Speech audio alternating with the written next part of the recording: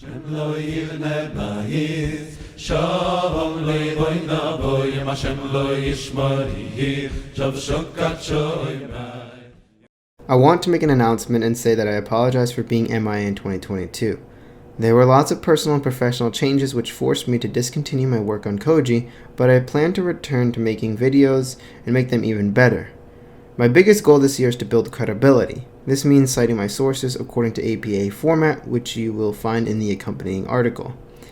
Further, I plan on scaling my efforts up and making the Koji brand more memorable, so stay tuned for more to come. Now that that's out of the way, let's begin. Ivrit, better known as Hebrew, is arguably one of the most resilient languages to have ever been developed by humanity.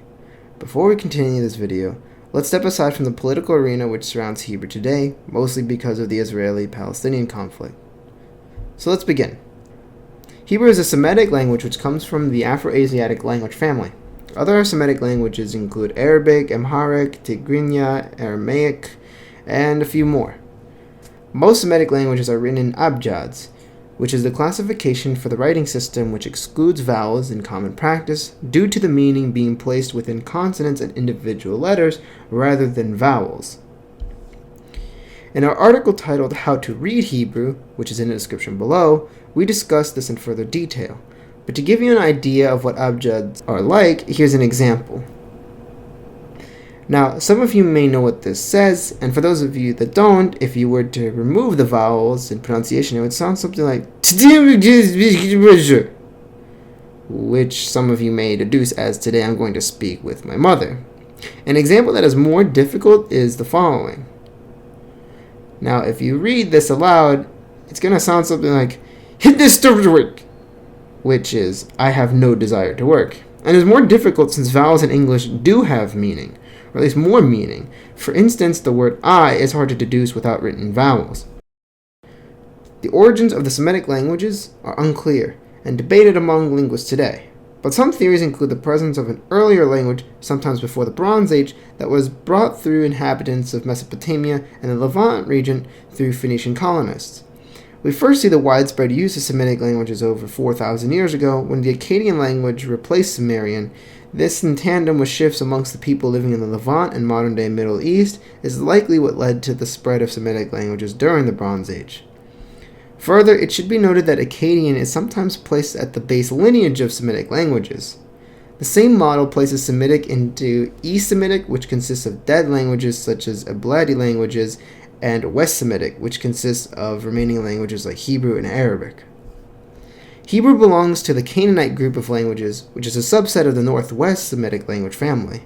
Originally, it was seen at around 1000 BC in a writing system known as Proto-Hebrew, which is a semi-pictographic alphabet system similar to its Akkadian cousins, and was originally found in Canaanite scriptures from biblical Israel and Judah. This script is believed to be the script used to write the original text from the Bible. Eventually, this script went out of use in favor of what we call Babylonian Hebrew, with a blocky, more rigid lettering system that originated sometime around 730 BC. Babylonian, or Biblical Hebrew, as it is commonly referred to, is broken into a few more categories.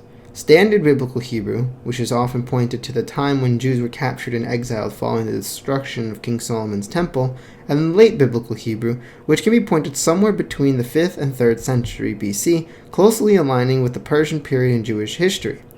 Biblical Hebrew is commonly thought to have been spoken up until around 132 AD, when the Jews in former Judea, led by Simon bar Kokhba, stood up to the Roman Empire and said, "Yo, what's good with you, son? What's I show you, son? What you looking at, son? You trying to square up, son?" Unfortunately, Roman Emperor Hadrian was not having it, and within a couple of years, it's estimated they quote-unquote depopulated, euphemism for outright clipped the fuck out of the Jews, by about 500,000, according to Roman Cassiodeo. That's a crazy amount of people. So was that it for Hebrew? Hell nah. If there's anything one should know about the Jews, hate them or not, they're impossible to get rid of, and the same goes for their language. Over the next 1,000 years, Hebrew would continue to be used in prayer and religious writings. That being said, day-to-day communication would be done through Aramaic, Greek, Judeo-Italian, Judeo-French, Ladino, Yiddish, and whatever local languages were available. until 1878, when a young man by the name of Eliezer Yitzhak Perlman wrote an essay titled She'ela Lo'ata, which translated to a burning question.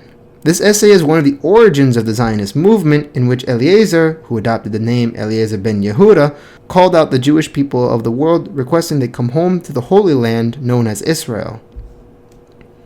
The concept of nationalism at this time was already becoming popular across Europe. Smaller nations and ethnicities across Europe adopted the mindset of, yo, why the fuck are we listening to this bozo right here? Ben Yehuda was like, yo, facts, let's get out of here and go back to Israel. And it was in this letter that Ben Yehuda addressed the need for Jews to return to speaking Hebrew on top of moving back to Israel. In 1880, he published 2 more articles which advocated for Hebrew being the official language of the Jews rather than other languages like Yiddish. For those of you who are unfamiliar with Yiddish, it's a language originating from German during the Middle Ages, and if you'd like to know more, please be sure to check out our video on the Yiddish language. The argument against Yiddish is that it was a German-stemming language and would be unfamiliar for Jews in places outside of Europe, while Hebrew traces its lineage to the Torah and ancient scriptures and was universally understood in written and religious contexts by Jews across the globe. When Ben Yehuda and his gang decided to revive modern Hebrew, they did so by using biblical Hebrew and integrating loan words from Aramaic and a few other languages like Yiddish and French, but most of them were derived from the biblical scriptures. An example of this is the Hebrew word chashmal, which means electricity in modern Hebrew.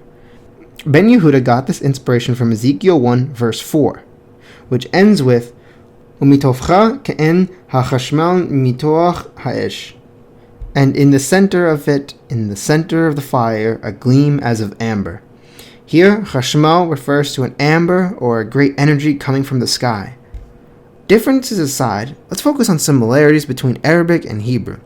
Both use an abjad-based writing system, both read from right to left, both have similar letters such as Ain and Aleph, which in Arabic is Alif, and Mem, which in Arabic is Mim, and there are lots of similar words between the 2 languages, such as Yom, Yeled, and Shemsh, which in Arabic are Yom, Waled, and Shams, which in English are day, boy, and son. It should be noteworthy that the Ain in Arabic, which is distinguished through a tensing of the rear tongue and a slight rise in pitch, became a neutral Ain in Hebrew. Here's the sound again. Ain in Arabic and Ain in Hebrew. The Hebrew R, or Resh, is similar to the French R, or the French R, in the R sound, almost like the Rain in Arabic. The following are some example sentences. What's new? Ma chadash. Good morning. Boker tov. My name is Josh. Shmi Josh. My family is Jewish. Hamishpacha sheli Yehudi. You're welcome. Bevakasha. Thanks for everything. Toda al kol. If you're interested in learning Hebrew, please visit our website kojilanguages.com and look for the Hebrew archive. Additionally, we highly recommend Hebrew Pod 101, which we will share in the description below. Yes, we have an affiliation with them, so if you purchase using our link below, we'll make a few cents, which greatly helps us make more of these videos. That's all for today. Thank you for watching, and as always, we'll see you in the next video. Lehitraot.